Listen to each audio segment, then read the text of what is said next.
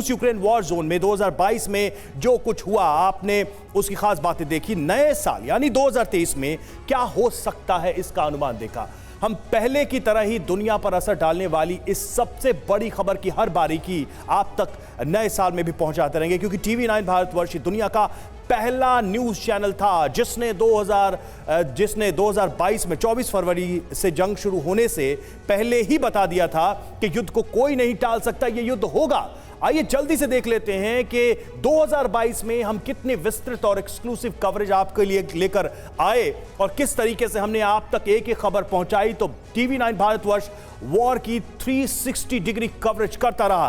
पहला चैनल था टीवी 9 भारतवर्ष जो यूक्रेन के वॉर जोन में पहुंचा। सदी की सबसे बड़ी वॉर कवरेज हमने आपको दिखाई, बड़ी घटनाओं का सबसे पहले अनुमान आपके सामने रखा। बड़े हमलों के दौरान ग्राउंड जीरो पर हमारे रिपोर्टर्स लगातार मौजूद रहे।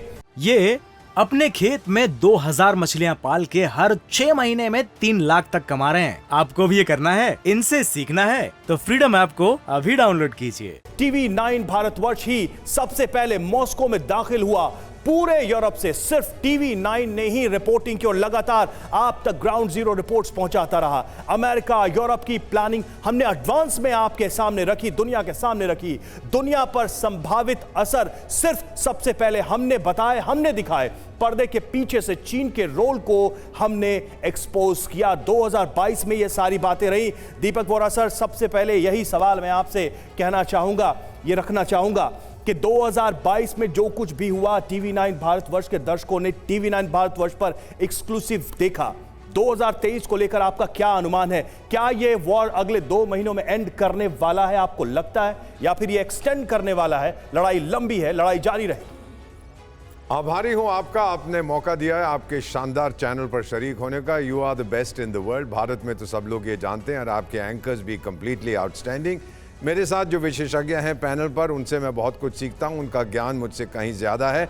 ये जो जंग इस समय चल रहा है, ये अब धमाका धमकी जंग बन के रह गया है। एक तरफ धमाके होते हैं यूक्रेन में, रूस में होते हैं, बेलारूस में कहते हैं हमने एक यूक्रेनियन मिसाइल को शूट डाउन किया, और फिर धमकियाँ आती हैं। वो बुजुर्गवार जो वाशिंगटन में बैठे, मैं ये कर दूंगा, मैं वो कर दूंगा, क्योंकि कल 1 तारीख से कांग्रेस का कंट्रोल उनके हाथ से चला जाएगा, दूसरी पार्टी के पास जाएगा। उसके बाद अब देखते हैं उन्होंने क्या करना है। धमकियां खूब देते हैं, पुतिन साहब भी धमकियां देते हैं, ज़ेलेंस्की साहब तो पूरी दुनिया को बर्बाद कर देंगे। सब कुछ हम देख रहे हैं, लेकिन ऑन द ग्राउंड सर जो सिचुएशन है वो आप जानते हैं किस तरह से रूस ताबड़तोड़ मिसाइल वहां फेंक रहा है। यूक्रेन कुछ कर नहीं पा रहा। अब उनके राष्ट्रपति कहते हैं कि कल से 1 जनवरी से शायद पूरा अंधेरा हो जाएगा, क्योंकि उनका इंफ्रास्ट्रक्चर बिल्कुल खत्म हो चुका है। वोरा साहब, आप जो कह रहे हैं कि अगर ठीक है ये परसेप्शन की लड़ाई है, इस पर हम चर्चा करेंगे, और जैसा कि मंतोष शर्मा ने भी कहा कि अब ये डिफेंसिव से ज्यादा ऑफेंसिव परसेप्शन है कि जो बदला लेने वाली कार्रवाई है वो ज्यादा होगी।